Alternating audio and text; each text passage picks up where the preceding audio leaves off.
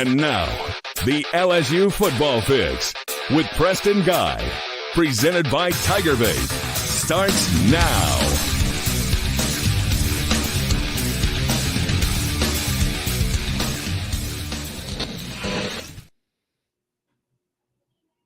And welcome in to your LSU Football Fix. I'm Preston Guy, your host as always every Monday night at 8 p.m. I am joined tonight by Sports Illustrated publisher Zack Nagy. Zack, what's going on, man? Not too much. Obviously, we're sitting here riding some heavy momentum after an Arkansas win, carrying it into Texas A&M week. So really excited to talk some ball, see kind of pick your brain a little bit and work from here. But all good on this end, a little bit under the weather, but not going to hold me back from this show at all.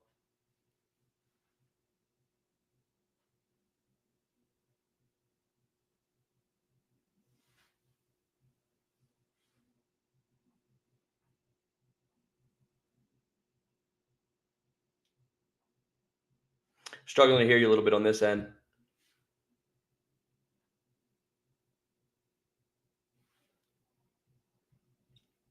Can't really hear you over here, Preston. But I'll tell you this.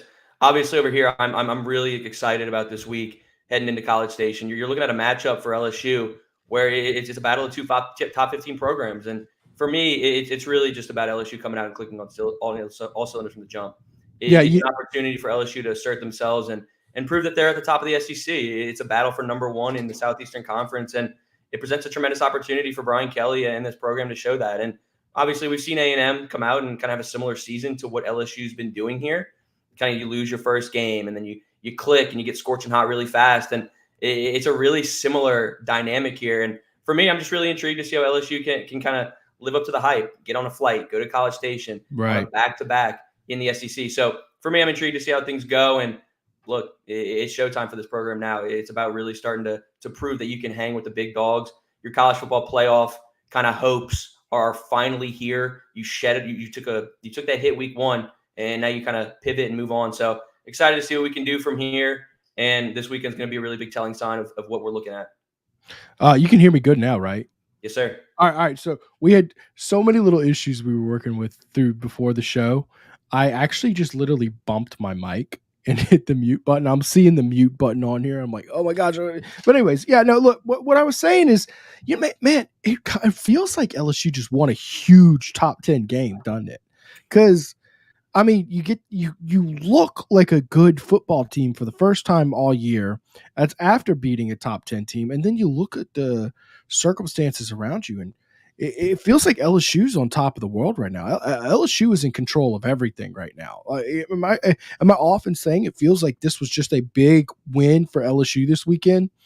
It is. And like for me at the same time, it almost felt like a nothing burger. It's crazy for me to say that because LSU went out and handled business. There was no drama. Right. There was no nothing to it. LSU went out there from start to finish, was shot out of a can, and you saw Whit Weeks, his dynamic play style on defense, just turn around that unit. You saw Garrett Nussmeier be consistent. Caden Durham get on the ground and get triple digits in the rushing attack. I mean, you play complementary football, and to me, you played the first complete game of the season. Brian Kelly's been searching for it all year. We finally got it. You got a big-time victory over Arkansas, fresh off of a monster win over Ole Miss, and now you have to continue trying to carry the momentum into a big-time week in College Station. We know how challenging it is to win on the road out there in Kyle Field. The 12th man is real, whether anybody wants to say otherwise. It's real. It exists. And now you kind of have to pop out there and really show them that you can handle business in a big-time game. So I'm really, really intrigued, to say the least. I think LSU being the underdog is good for them. I think it gives them an opportunity to kind of put that on the bill, make that like some material, some bulletin board material, and work from there. So, yeah, man, I can't wait to see what this team comes out and does this weekend in College Station. Atmosphere will be a big deal, man. I've been looking at a bunch of buzz. I mean, these Aggies are buzzing right now. And I think LSU fans are equally buzzing. So, I mean, big spot here. Obviously, winner of this game is all of a sudden the last undefeated team in SEC play. That's not something I predicted that we would be saying before the season going into this game. But you know, It's funny how this stuff plays out sometimes. It's just a funny world sometimes. Before we dive too far, I'm going to give you all a quick rundown of the show. But guys, y'all know who sponsors this show each and every week. It's Alumni Hall. I'm sorry. It is Celebrity Theaters, guys, who, of course, is the title sponsor of our show, making everything we do possible. Remember, they are Louisiana's only locally owned and operated theater. Because of that, you're guaranteed to see better pricing, better, cleaner facility, better service, and of course you get the leather reclining seats, you get the Dolby Atmos 3D sound system. The Baton Rouge arcade has the largest arcade in the city with over 50 games in it. It's truly a great experience and great one that I'm proud to share with all of our TigerBait followers and subscribers.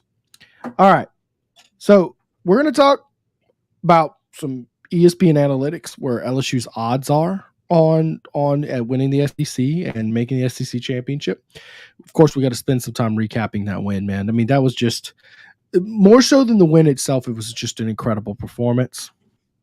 We got to talk a little bit about what's going on around the SEC with Texas going down.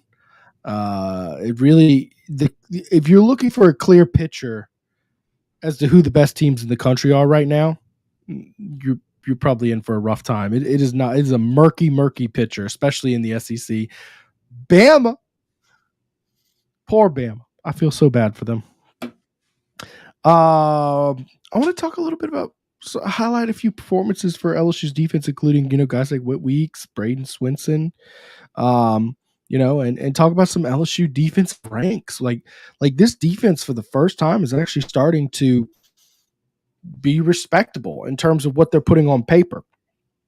And we'll highlight a few other players as we go on, keys to the game. Of course, we're going to get to our Texas A&M predictions. That being said, first topic at hand here. ESPN Analytics put out their odds for most likely to make the SEC championship game. Okay. Number one was Texas, strangely enough, fresh off a loss at 49%. Just behind them was your LSU Fighting Tigers at 39%. So based off that, LSU expected to make the SEC championship. I mean, how surprising is that for you at this point? I mean, how surprising would that have been for you to hear, I guess, 10 days ago? Yeah, no, I mean, completely. I'm sitting here even just thinking about the shift from week one to now. If you would have told me that this team would be in the SEC title game, I would have been absolutely shocked, just because I wasn't sure that this team could turn it around so fast. And now, obviously, you're riding a 6-game win streak. You're 3-0 in SEC play. Everything is clicking for this team at the right time, and it starts with Blake Baker's defense. I know that's something that we're going to get into in a little bit, but for me, just the turnaround that he's had in such a quick time frame is so mind-boggling. I mean, from a personnel perspective, he doesn't even have the talent that he would kind of expect to have here in Baton Rouge, and he's making the most out of it in a really quick time frame. So, like you said, we'll talk about the rankings, we'll talk about where they're sitting at, but for me right now, I'm so excited about what this defense is doing. It's allowing them to play complementary football, and it's what's kind of propelled them to have a 40% chance to make this college football playoff, or the SEC championship game, rather.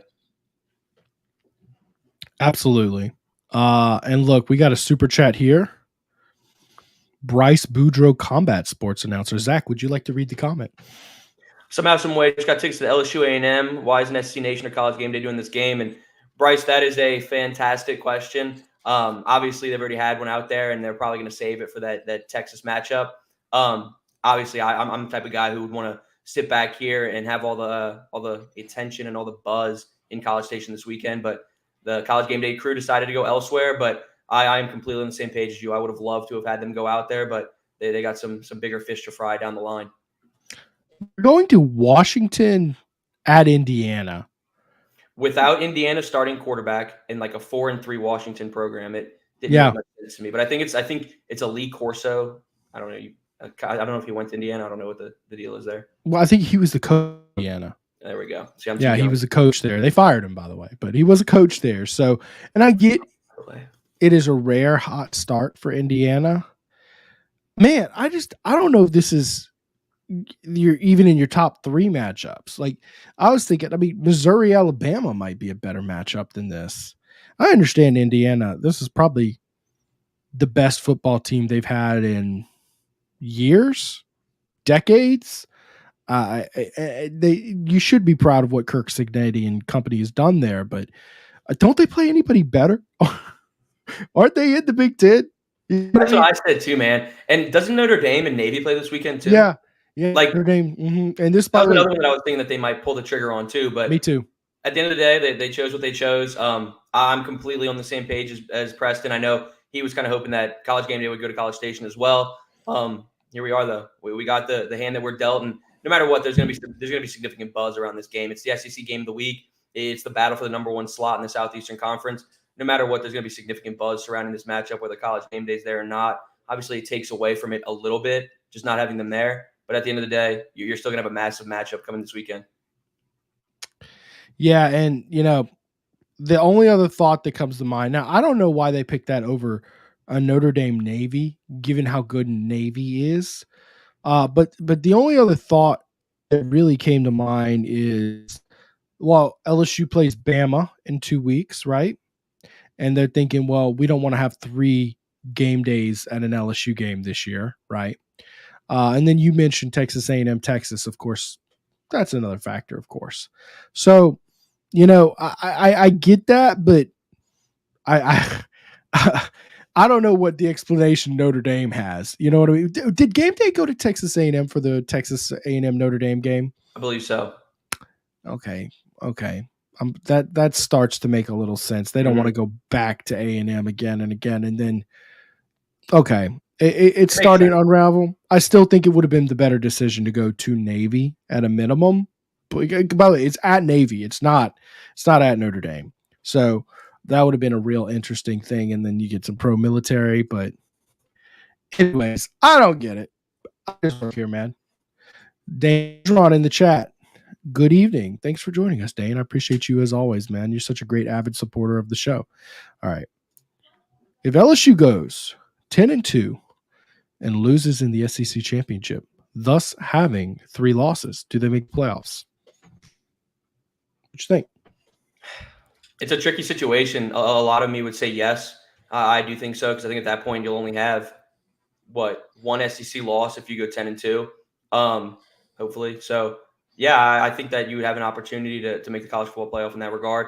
We talk time and time again that this is a wide open SEC slate. It's a wide open SEC this year. I think having 3 losses and one of them being the SEC championship game would give you the opportunity to make it. But I think it's a really good question. I think it depends on who you ask. I'd say more likely than not.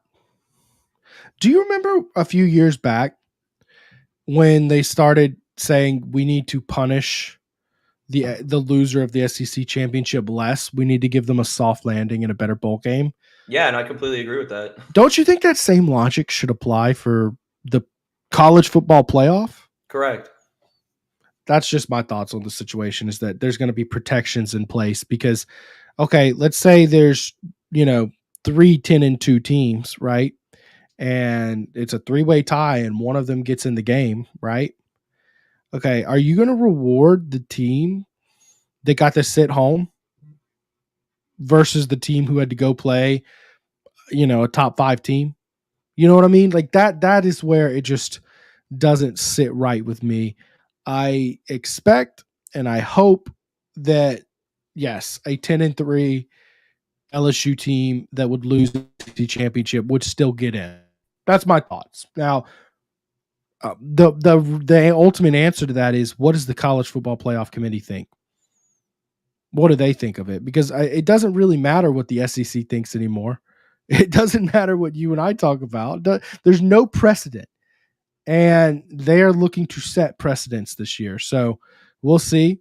And Brad David makes a good point in that circumstance. I worry the USC loss will end up hurting LSU making the playoff. That it does. They're 3-4. I mean, they're terrible. They're terrible, and I think it's a fantastic point. I certainly do also agree that would be something that the College Football Playoff Committee would take into account. But LSU's clicking right now, and I think that not necessarily trying to sit here and harp on recency bias, but LSU's slowly clicking on all cylinders as we continue to get through the season. So I think that's also a piece that they would take into account as well. You have a statement victory on the road at South Carolina. You get a big-time win over Ole Miss. I think the pros outweigh the cons, and the con being that loss to USC. But I certainly do think that that's a great point. I think that's something that they'll consider as well. USC is 1-4 in the Big Ten. Yep. So it's and outside of LSU, by the way, they're 2-4, which is like, ew. Their only wins are Utah State and surprisingly enough, Wisconsin. But I don't think Wisconsin's very good this year. They're just, man, they are falling out in a bad kind of way. I do not understand what's going on with them because they look like a pretty good football team when LSU plays. So I haven't really watched them other than ends of games, right? But I don't know if it's injury bugs or whatever else, but whew. Let's see here. Oh, that's an interesting fact from Carl the Cat Dunn. This is the kind of encyclopedic knowledge we rely on him. Lee Corso was the head coach, I'm assuming at Indiana, when they came to Baton Rouge around 1977. Now he gets to go back to Indiana. Anyways, let's talk a little bit about this performance LSU just handled in Fayetteville. Because, I mean, you and I talked about it. We thought it was a trap game written all over it. And neither one of us picked them to lose, but we picked them to struggle. I guess big picture here, were you shocked that there was no struggle, at least long? I guess they struggled to put the ball in the red zone in the first half, like to actually get a touchdown. But LSU was in such control of that game from start to finish. I mean, they were in scoring positions. They went up 9 points, and it took them a little while to really extend it. But all's well that ends well. Were you shocked at just how dominant LSU was in this football game? Yeah, I think just them being shot out of a cannon on offense and really getting down the field at ease was something that we've been wanting to see. We know Joe Sloan can script plays extremely well. Those first 15 to 20 plays of the game are usually pretty fantastic. It's the in-game adjustments that are what he's continuing to learn on a week-by-week basis. And he's becoming a fantastic offensive coordinator. I've been thoroughly impressed. But keeping it kind of the bigger picture here, looking at the overall outlook of the game, the defense settled in the second half. Obviously, that Whit Weeks interception changed the trajectory of the game. LSU ultimately went on like an 18-0 run or something to close out the game or something ridiculous. So it was a very impressive showing from LSU. I didn't expect a 34-10 win. I thought that this would be one that came down to the wire. Obviously, the last games have come down to a field goal or less pretty much. So for them to come out and handle business like that was a really pleasant surprise. To get that complimentary football that you've been desiring all season was a complete surprise to me. I did not think you were going to get that. And you went on the road to Fayetteville, which is kind of a hostile environment, and you got a big-time win. So, yeah, I was pleasantly surprised. I think now you got to continue to carry the momentum as best you can moving into College Station. But overall, looking back at Week 8, I think this program played some very, very impressive football, and it's about keeping on the right track. I think what's most uplifting about it is LSU looked the part of an elite football team. They improved the areas that we've been talking about all year. Defensive backs played better. Defense was lights out for the most part all game. I mean, 3 turnovers, 3 sacks. You held them to 277. That's an explosive Bobby Petrino offense. Now, the other side of the coin, because we definitely saw that against Ole Miss, right? But then against Arkansas, another thing opened up that we've been harping on all year long, the running game. Remember how I told you this offense is always going to look chunky, clunky until they get a running game? Yeah, for sure. It's all about diversifying the playbook. It's all about finding the opportunity for Joe Sloan to get creative in his play calls. We've had the opportunity to do that now with Caden Durham unleashing and unlocking this rushing attack.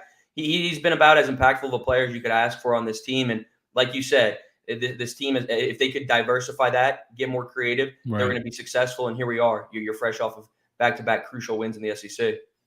37 carries for 158 yards. And look, that's not extraordinary by any stretch. It's not like you got Leonard Fournette back there. But, I mean, that's going to move the ball. That's 4.3 yards per carry. That's going to turn 3rd and 4 into first downs. You get what I mean? That's going to turn point. That's fantastic. That's going to turn 1st and 10 into 2nd and 5, by the way.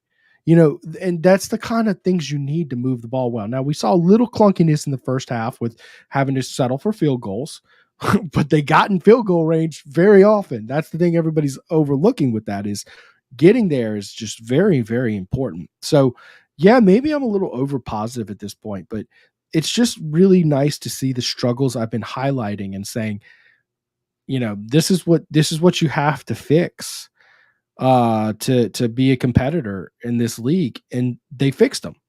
And it's like, wow. Oh, by the way, did you hear? They said Caden Durham was 85% for this game.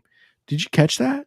Yeah, so today we had the opportunity to talk to Brian Kelly and kind of pick his brain on last week and then moving forward to this week. And for me, obviously sitting back and having the opportunity to kind of hear what he had to say about Caden Durham was really, really pleasant to see. Obviously, knowing that he's playing at 80 to 85% isn't what LSU fans want to hear, but having a player that's gritty and tenacious enough to play at 80, 85% is a change of scenery. So to see him really get on the field and kind of take control of this backfield, even though he's battling that foot injury, is a really positive sign to see. And Brian Kelly alluded to that. He talked about how proud he was of Caden. He talked about how impressive he's been with his vision and just the overall back that he's becoming. He's also becoming a really phenomenal pass protector too. And I think phenomenal might be a little bit of a kind of reach, but he's becoming more of a serviceable pass protector, which is a challenging thing for a true freshman coming into SEC play. That's something that's time to develop. Underrated too, by the way.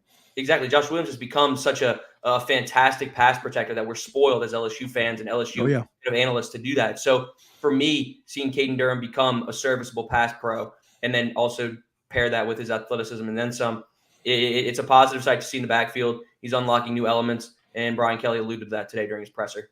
I guess the second question is, do you believe that was an 85% Caden Durham? I do. Honestly, really? I do. Really? He looked pretty good to me. I think he has so much left in the tank to do. He had 21 carries for 100 yards. I think down the line, 20 carries could get him a lot more than that in the future. And then you can also check it down to him in the backfield on screen plays, et cetera. I think there's more to Caden Durham's game that we can continue to unlock. And I think they were being relatively cautious in their approach with him. Obviously, 21 carries isn't necessarily cautious, but at the end of the day, they weren't trying to dial up anything that would kind of put him out of his comfort zone. I think once he's back to 100%, it's going to be scary for LSU. Man, and that's what you're hoping for here. And look, shout out to the offensive line too, doing their best game, because Arkansas's front seven, I mean, you could talk about Arkansas being weaker competition, and that's a fair argument. I'm not going to sit here and just Arkansas is a world beater, but Tennessee, okay? I know for a fact that defensive line is not a pushover. They have some guys on that defensive line. That same defensive line, I genuinely believe a month ago would have whooped LSU's ass on the front seven. I think that this is some genuine improvement. I think that this is reflective of a coaching staff that maybe isn't the best at evaluating its flaws in practice. I think that that's what I have learned after 3 years of watching Brian Kelly coach. He's probably not the best at that, but he is really good at watching the game film and making adjustments and improving from there. So, look, Gary Williams hit us with the positivity, and we're killing him. And look, Gary, I get it, man. I'll speak for myself on this. I really just try to tell the story that's there, not the story I'm looking for or that you're looking for, and that's why a lot of times it can come off as overreaction to what's, when it's negative, it's like, yeah, that was really bad. But we always try to bring it back to, but moving forward, this is how I think they can correct this and do this, or no, I think it's going to be bad. In this example, LSU was a flawed football team for a month and a half this year, right? Gritty win against Ole Miss, top 10 team, but still some concerns. And this week, a lot of those concerns got ironed out. And LSU sits in a great position where it's in the driver's seat. And frankly, with those concerns being ironed out, I think that projects for a really good future for this team. I'm not saying national championship or anything like that, but I do think playoff, maybe SEC championship berth, those are on the table. Very I realistic. agree. And we're not two guys that are going to sit here and what they call it sunshine pumping. We're not going to sit here and say all these things to tell people what they want to hear. For me, It's really just about what I've seen and the proofs in the product. I mean, you're seeing a program that is continuing to evolve week by week. For me, it's not even looking at a season outlook. For me, it's about just taking a week by week approach. You handle business in Arkansas, and now you go to Texas A&M and you try to handle business there, and you continue to get big time victories and chug along to hopefully an SEC championship game appearance and so on. I'm not quite sure this is a team that has national title written all over them yet. I'm not sure that they have that kind of depth to push on and make that push just yet this season. But I think you're putting youngsters on the field. You're getting them kind of seasoned and prepared for next year and so on. Look, I think LSU has a fantastic outlook for the future right now. You played double-digit true freshmen last weekend in Arkansas. I think that speaks to the trust that they have in the youngsters and what they can do for this program in the long haul. But I'm thoroughly impressed with what LSU is doing. The developmental aspect piece is there. The defense is taking strides in the right direction. Bo Davis is handling business in the trenches. Blake Baker's holding down the second level as well and dialing up fantastic game plans. You're getting the most out of your players. It's putting you in position to be successful. Do I think it's a national championship caliber roster just yet? No. Do I think that they have an opportunity to punch their ticket to the college football playoff if things continue trending positively? Absolutely. Let's put it like this. Do you think this team, the way they played at Arkansas, that if they went to the best team in the country, that they would have a chance of winning that game? I think it'd be a challenge. It's just so hard to play on the road in college football. Like if you dial up a Penn State or something like that, some type of atmosphere like that, in December, it's going to be cold. Like it just depends where you play at. Like it's all situational in my eyes. Yeah. But if you play like you played at Arkansas last weekend, I think you put yourself in position. But I'm not even saying would win, has a realistic chance. Hell yeah. Yeah. You get what I'm saying? I don't think that was true earlier this year. Yeah, absolutely. And I wouldn't have been able to say that a couple weeks ago, like you were saying. Like if you told me that LSU had the chance to even go to the college football playoff, I probably would have laughed and been like, hell no. But now you look at this team right now, if they play like they did in week 8, I think they put themselves in position to beat anybody. Can they beat anybody? I'm not sure, but put yourself in position to, absolutely. You know, did you get to peep at our post-game show at all? A little bit, not too much. I did the scuttlebutt from the game, which is just my favorite. This is my favorite week doing this show because everybody is annihilating Mike Scarborough right now for being so negative and Debbie Downer, and he's been floating that 7-5 out there. He's been so bitter about it, and then this, and look, I got a free pass for all the negativity I've thrown out there. I got a free pass because he just took it a level further than me. Because I'm always like, yeah, I mean, this is a concern, but it's not like the program's derailed. He goes a little stronger in the Debbie Downerism. By the way, I'm not putting this up there because I was offended by the comment. I just, in case the comment section saw it and said, man, that guy Gary was a jerk. He said he's just joking, guys, and it's fine, Gary. I appreciate your comment in here. So anyways, it's a fun week for me. I absolutely just loved the comment section this week. Almost as good as that guy who said our show was better than Mike and Buddy's last week. That was almost as good as that. That made my year, but I will say watching a chat where they are absolutely just digging into Mike. That is so fun to me, man. I'm just like, yeah, let him have it, man. He was a nega tiger. I got to be careful with that nega tiger term, don't I? You remember that show with dude, so funny.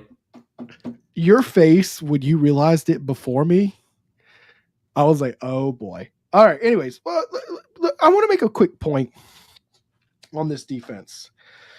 Because LSU's got two players in particular who are playing. How do I not be hyperbolic about this? Very, very well. Like all Americans. Like potentially best at their position in the country. And that is Braden Swinson. And that is Whit Weeks. My God. They're calling him the Honky Badger, which I just think is hilarious, by the way. And then I heard his post-game interview with, I guess that was BRZ who did it. And I'm like, it kind of fits. he's got a honky like that. Here's my point on that. Both of these players were on the team a year ago. I love the point that you're saying. I love this point. Sorry for cutting you off. Both of them. No, don't. Like, both of them were non-factors on this defense a year ago. And now they look like All-Americans. Guys, coaching matters. It matters so much. And you see guys like that, and it's just like, wow, where did this come from? Whit Weeks is leading the SEC in tackles. Did you notice that? Yep. He has 37 tackles in the last 3 games. Yep. He's a monster. He has instincts like Badger-like instincts. Okay. When it comes to getting the ball and hunting people down, he's not as fast as Harold Perkins. Okay. But he plays with a 5-star motor. Okay. That guy's a freak, and not like an athletic specimen freak guy. Like, he's like a freak. Like, you open up the textbook and you look up 1950s linebacker, and there's Whit Weeks with his jersey rolled up and a little ab showing there. Okay. And his instincts are freakish. Shout out to him. We all thought that Harold Perkins was going to be the guy who gets that Blake Baker transformation, and it was Whit Weeks. Whit Weeks is our Whit Weeks is our Damone Clark this year. He's the guy who's going to have 100 tackles. And it just is funny to see how he didn't even start a year ago. And he hardly played in weeks 1 and 2. I mean, he played. And then I think he had like a laceration on his foot or something like that. I don't know. His brother tweeted out free 40 or something like it that week. Anyways, his development has been uncanny. Braden Swinson should have had a sack strip fumble. I believe that Taylon Green had some divine intervention. Did you see the play where he's grabbing the ball with his head back? And anyways, even in a quieter week for him, incredible year for him. And it's just uncanny to me how much coaching matters. I mean, Blake Baker, Bo Davis, Kevin Peoples, Coy Raymond, Jake Olson, all of those guys, man. If I forgot a defensive coach, my bad, but I think I got them all. These guys have all done an uncanny good job for this team. So that was just one thought that really hit me. And by the way, let's extend this point to other guys. Sage Ryan played his best game as a Tiger. He was here last year. That was a culture hit. Yeah, and he was horrible. In fact, we were talking in the post-game show how I feel got bad for guys like Sage Ryan just because of how heavily criticized they've been on the internet. Like, you know, that guy's never going to be able to take Tiger droppings again in his life. You know, I do it from time to time, and my feelings get hurt. And I'm like, he's probably on there, probably legitimately 1,000 times more than me. Like, I can only appreciate how resilient you have to be to kind of overcome that level of criticism. All right, let's see here. We'll get to some oh boy, this is another top 10 comment here. Mike Scarborough puts tomatoes in his gumbo. You know, he's a Yankee at heart, guys. You better not be tuned in right now. He's not gonna like you know how you can tell he's not tuned in? Because we haven't seen this stupid GIF pop up. Yep. That's how you know he's not here, okay? Because he's like, oh, look at me, I got chubby arms. Anyways, yeah, you know, he's a Yankee at heart. His family's from New York originally. They migrated here, and we just accepted him as one of our own. I debate that decision that we did to accept him, but you know, yeah, he's 100% a tomato shoe. My buddy carries Mike's show. Gosh. That's okay. Zack carries my show, so we all understand how it goes. No. And was that you, Cole, who left the comment that this is better? Look, man, I appreciate you, Cole. Okay, best commenter on the darn show. This is, dude, such a good one. And you know, here's the thing: we all actually like Mike, and Mike's one of the most respected members of LSU media, having done it for 25 years, right? But like, it's so fun to just beat down on him because he's kind of like the old man on top, but he's the grumpy old man, win or loss. Let me tell you, I sat next to him for the national championship. Okay. And in the media, we're supposed to not have emotions, but you can imagine how we probably actually felt after watching a national championship. If nothing else, for business wise, for TigerBait, let me tell you, TigerBait was not in a great spot simply because we were brand new, having broken independent. You know, we used to be part of a national network, and then we broke off independent. So that was wonderful for business, for us kind of reestablishing ourselves as an independent website. That old man, it was past his bedtime. He was the grumpiest, most aggressive guy. He was talking about his dog. Poor Parker. He's been home since 3:00 all by himself. Man, there better not be traffic. It is just funny to me how grumpy he gets at times. Oh boy. All right. Enough talking about the old man shaking his fist at clouds. That's so funny. Oh man. Well, look, before we do transition to the next subject, I do want to kind of give my thoughts on Whit Weeks and Braden Swinson and that 1-2 punch of them on defense right now. I think Whit Weeks is playing some of the best linebacker play that we've seen in a really long time.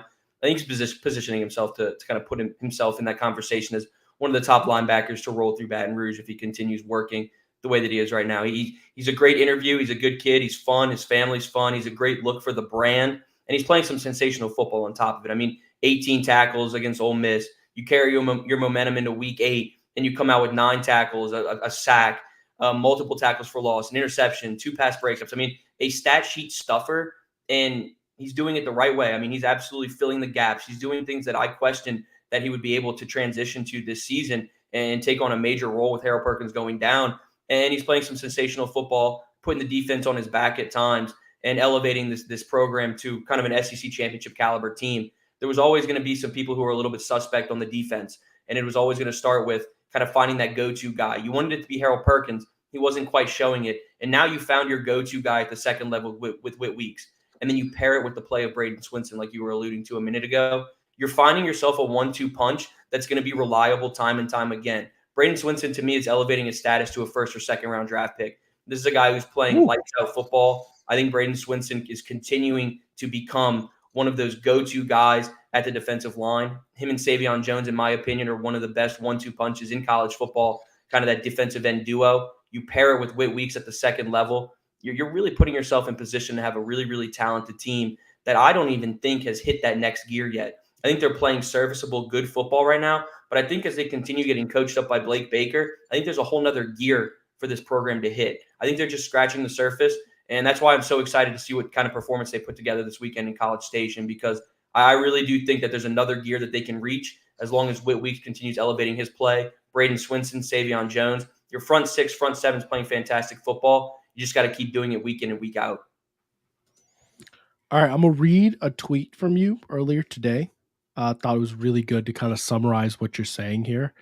LSU DC Blaker has his unit turning the corner at the perfect time. National rankings, team sacks 7th, red zone defense 18th, scoring defense 35th. That's a big one. Of course, total defense 67th.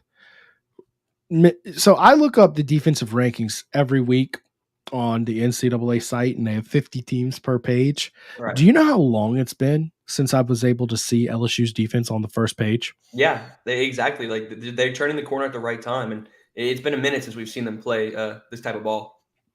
So exciting stuff, and they're trending in the right direction. And I didn't even know in red zone defense they were a top 20 unit. I mean, I don't think they ranked top 20 in anything a year ago. I mean, that's just remarkable work from this coaching staff, and it keeps on getting better. And I do think you're right that this defense could just turn another corner and get better and better. We're going to take a quick ad break here and thank our sponsors, and we're going to get right back into it. We're going to kind of shift gears because I feel like we've just sung a lot of praises for this coaching staff. We're going to talk about this Texas A&M matchup in a little bit. I find it particularly interesting in a lot of ways in terms of the unknowns of how it really pans out. But first, guys, I'm going to talk to y'all about Struby's, okay? All TigerBait live shows this year are proudly brought to you this football season by Struby's Seafood and Steaks. Located on 107 3rd Street in downtown Baton Rouge, Struby's prides itself on providing a 5-star dining experience for a reasonable price.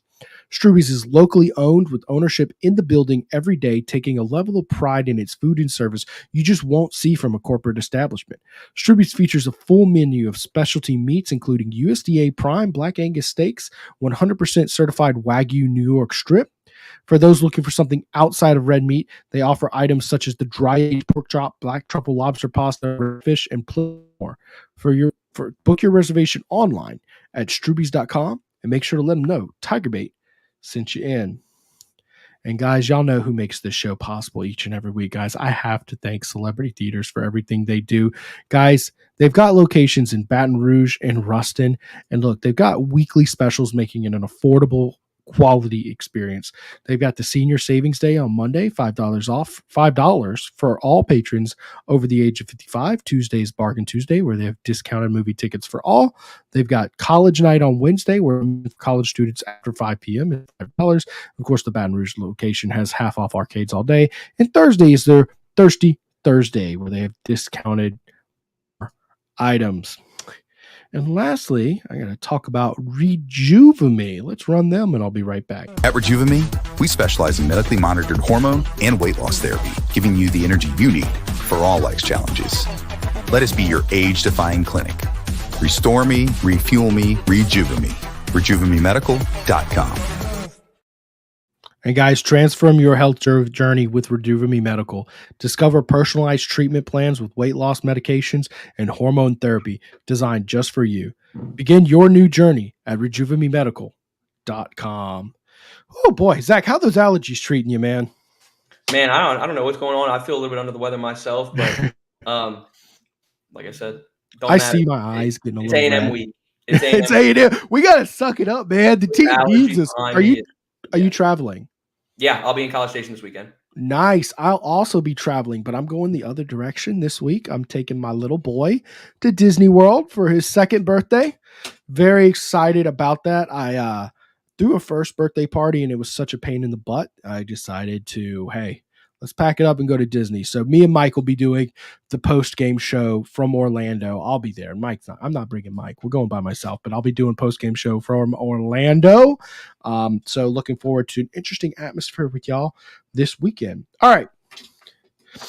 A&M is 2.5-point favorites over LSU, and that's basically been the line since preseason.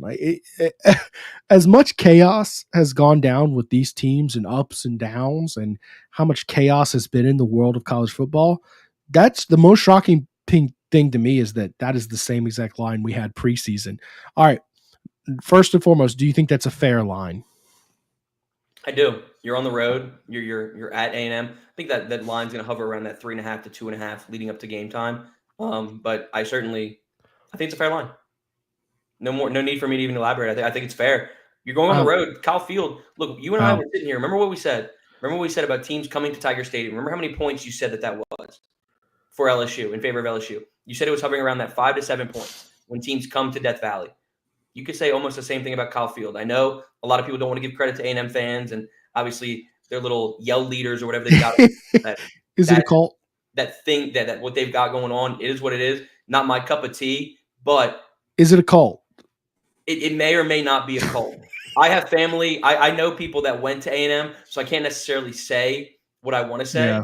But look, they've got their fan base rocking and rolling in Kyle Field. So I'll give them credit. I think that's a fair line, given the fact that you and I have talked in the past about kind of the point spread that is in favor of LSU when teams come to Baton Rouge. Well, here's what stands out to me. Okay, Kyle Field. They say home field advantage is worth 2 to 3 points on the spread. Kyle Field's probably worth a good 3. So that probably means they think LSU is the ever so slightly better team. And given the complete body of work, that's a fair assessment, in my opinion.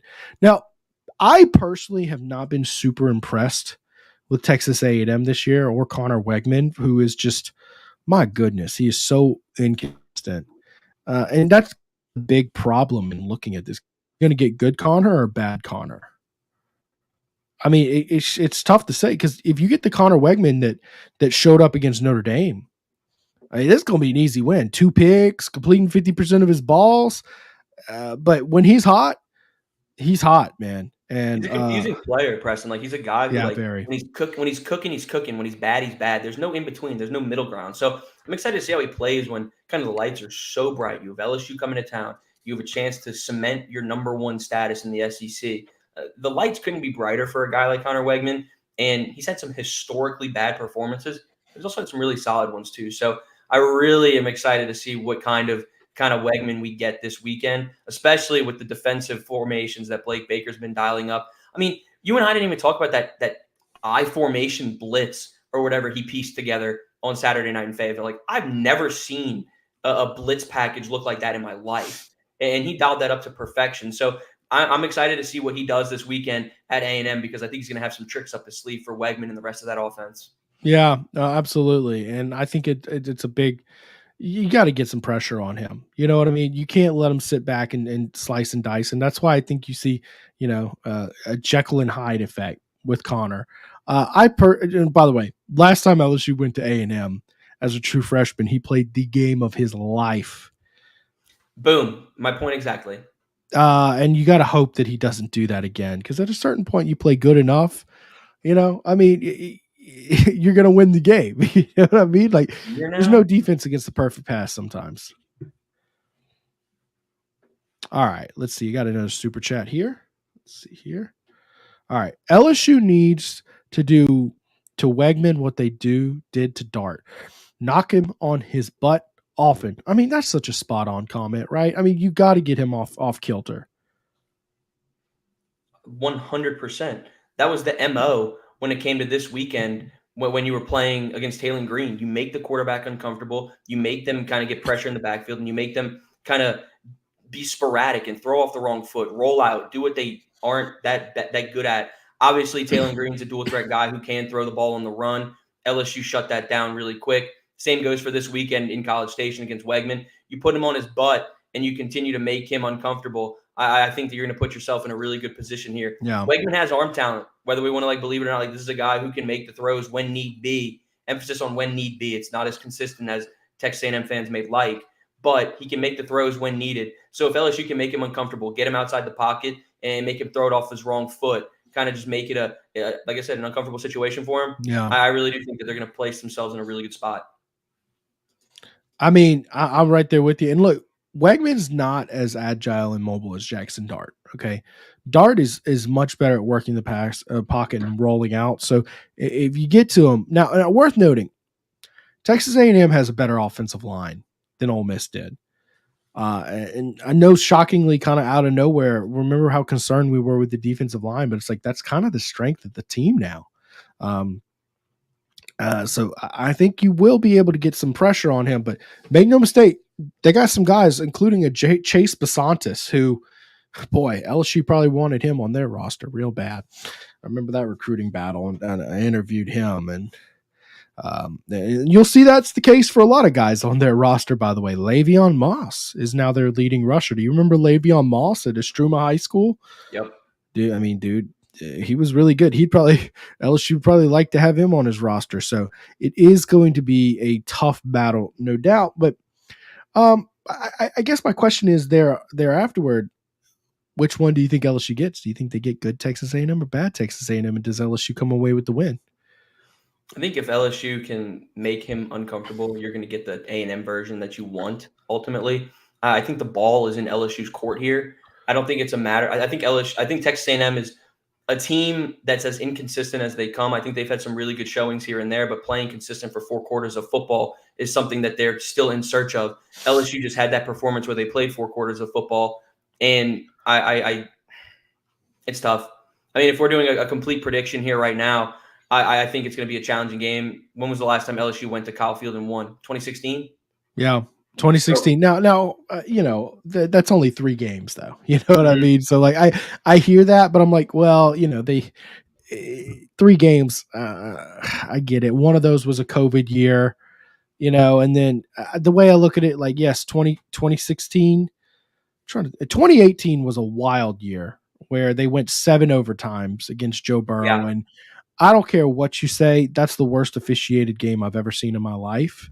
So I kind of look at that. Did you lose that game because it was a tough place to play? Or did you lose that game because about 14 times you had a chance to close out the game, and between the refs and your own lack of discipline, you weren't able to close that game out in 7 overtimes? Okay. 2020, did you lose that game because it was tough to play? Or did you lose that game because your team was garbage that year and went 5-5? And that was during a sloppy stretch, by the way. Oh, and by the way, LSU did not get blown out, despite as bad as they were and as good as Texas A&M. I think it was 19-7. And in 2022, that's the one where you can argue, okay, it was a tough place to play, but I also look at that year as offensively the team wasn't really clicking the way it should have been at that point, and it was a bad day for Jaden Daniels and company. I don't think that the argument of it's such a strong place. You don't like that narrative. I can work with that. I don't like the narrative. I think I'm not, no disrespect, it's definitely a tier 1 SEC stadium to play at, right? But I look, my gut tells me LSU takes care of business. I've watched Texas A&M play a few times this year, including against Notre Dame, and I wasn't super impressed with this team. And I get the talent that they have there, but I just don't think it's a complete team. That's exactly what I'm alluding to as well. And for me, I when I look at week 1, I take that USC game for LSU, I throw it in the garbage can. I look at that Notre Dame game for A&M, I throw it in the garbage can. I look at what they've done over the last 3 to 4 weeks, and I know football is all about the full body of work. You have to look at those week 1 games. You have to look at everything, and I completely understand that. But when I look at A&M, like you said, I don't see a complete team. I don't look at a team that's had complete performances every single time. Yeah. Granted, they're a club that if they come out clicking on all cylinders, they're going to give LSU hell. I completely understand that. But for me, I think LSU is slowly trending in the right direction, piecing together fantastic game plans. For me, I personally think that LSU can go out there and win that game. Is there the analytics side that says like winning back-to-back road SEC games, like what are the odds of doing that type deal? It's a challenge, of course, from an analytic perspective, but I kind of put that on the back burner as well, and I pull it off of kind of what LSU's doing right, how timely they've been. And I think this weekend presents an opportunity for them to go out there and handle business. I do think that LSU can go out to Kyle Field and get that win and kind of hush that narrative that you don't like as much, and I completely agree with that as well. Now, look, Tiger Mark asked a good question. Did you watch them Saturday against Mississippi State? And I did. And that's kind of what I'm basing this all off of is I wasn't very impressed. It was a 10-point win where Mississippi State was really in that game down the stretch and competing very well. And by the way, Mississippi State's abysmal, man. They're awful. Now, that was coming off a bye for Texas A&M and coming off a just colossal beatdown of Missouri, who was in the top 10 at the time. But, look, the win against Missouri is the one you look at and you're like, all right, that was, they took care of business. That's the one where it's like truly an impressive game. But you see, with one loss, Missouri's now number 21, and there's a reason for that. People aren't necessarily buying stock in Missouri. And for me, I don't want to contradict myself by any means. Like when I say I haven't necessarily seen A&M play this full game, like a complete performance for 4 quarters. Mizzou is obviously, that's an outlier game. I'm just not as high on Missouri as a lot of people were heading into the season is basically what I'm trying to allude to. I'm not as high on Mizzou as I was heading into the season. Yeah. Okay, here's the deal. Okay, Boston College, you have a 6-point win. You have a 3-point win over Vanderbilt, which did that go to overtime? Yeah, that was double overtime, I'm pretty sure. Missouri over them. You have a 4-point win over Auburn, and that's it when it comes to playing teams with a pulse. You got blown out by Texas A&M. I'm looking at this as more of a Missouri is not very good. Right. And I side note, I think Missouri is missing its defensive coaching staff, Kevin Peoples and Blake Baker and Jake Olson, who was an assistant. More so than that was an impressive win for Texas A&M. So I'm leaning toward, my gut tells me based off what I'm watching, Texas A&M isn't very good. They're good. They're just not very good. And I think LSU's the better football team. And I think LSU will go and handle business. And that's why I just don't see it. There are certain teams out there I would be a little frightful of in this spot, but I just don't think this is one. Guys, I'm going to take a quick ad break, and then we're going to come back and get to your comments. Now that we've given you our prediction of the score, and we're going to kind of shift toward wrapping up the show here. But, of course, first and foremost, I got to thank Capital City Grill, guys. One thing we try to do with all our TigerBait sponsorships is partner with locally owned businesses that we've experienced firsthand, and we know we can endorse to provide an outstanding experience for our listeners. Capital City Grill fits in perfectly with that. This football season, we're so proud to add them to this lineup. They're located on 100 Lafayette Street in downtown Baton Rouge. Capital City Grill is your ideal lunch and dinner stop for a more casual dining experience downtown, right? They offer a variety of sandwiches, burgers, seafood pastas, steaks, with almost everything priced at $30 or below for an affordable experience. Don't forget to celebrate a Tigers win at their Sunday morning brunch, 11 a.m. to 2 p.m. There's like a 50-50 chance you're going to run into Mike Scarborough there, guys. He loves it. Book your reservation online, capitalcitygrill.net, and make sure to let them know TigerBait sent you in. And guys, we got to talk a little here about Alumni Hall. Guys, it truly, I always call it Willy Wonka's Wonderland. We'll call it Disney World for an LSU fan. We'll stay on theme this week. Guys, it's the absolute best place to get your officially licensed LSU gear. Alumni Hall, they're your ultimate shopping destination for LSU fans. They've got it all. All the Nike gear, Champion, Johnny O, Onward Reserve, Peter Millar, Southern Tide hats, Yeti gifts, accessories, and more. So whether you shop at their store in Perkins Row or shop online anytime at Alumni Hall, don't forget to use the discount code TigerBait. All one word, TigerBait, and you're going to get 10% off your purchase. So go shop with my friends at Alumni Hall now. And guys, don't forget, they've got the new Nike Pegasus shoes in stock for LSU. So y'all make sure to go check out our friends at Alumni Hall. All right. And guys, don't forget at Celebrity Theaters, guys, they do offer private screening events. My mom's taking her 4th grade class to it soon, so definitely highly recommend. The process has been great to work with them so far.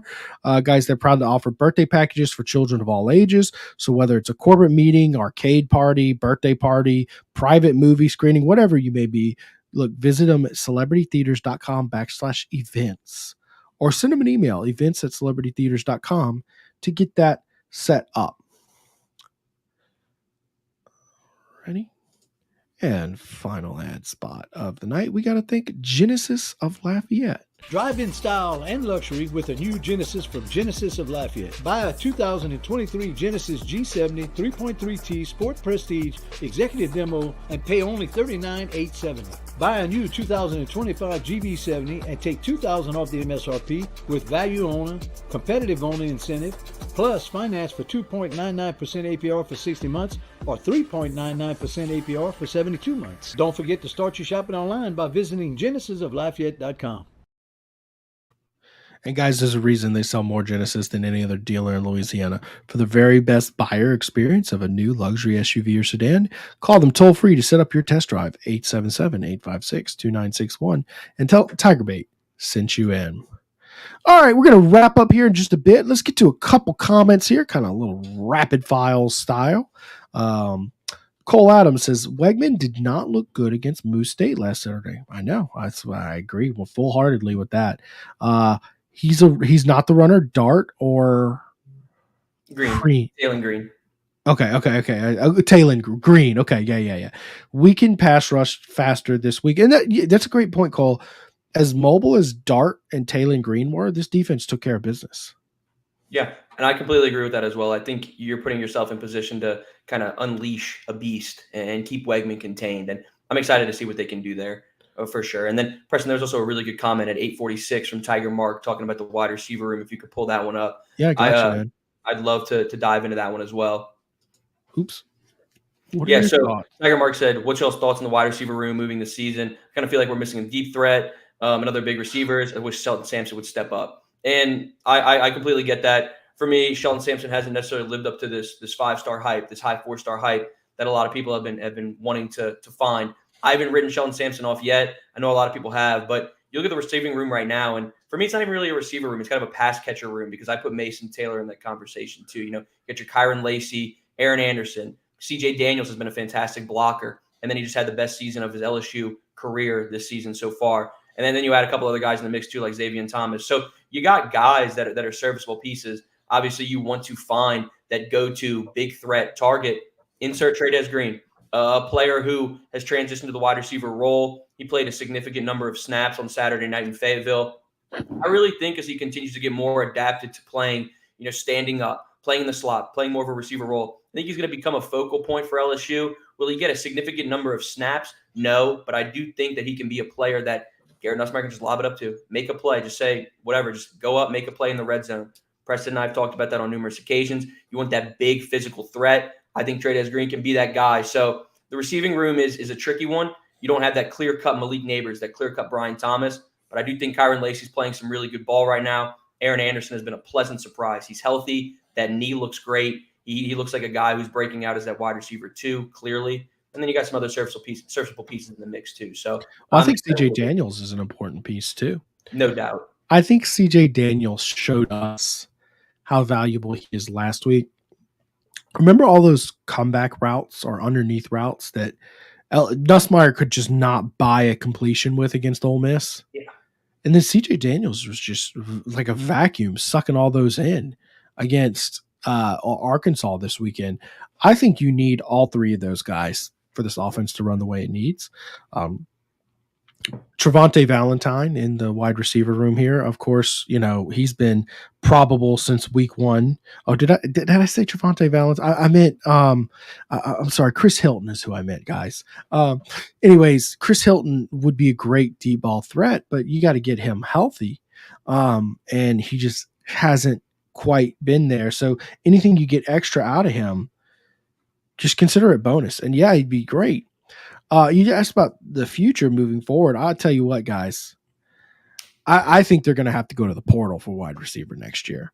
I think this screams transfer portal. Get a veteran guy in here, like a CJ Daniels again, because CJ's graduating.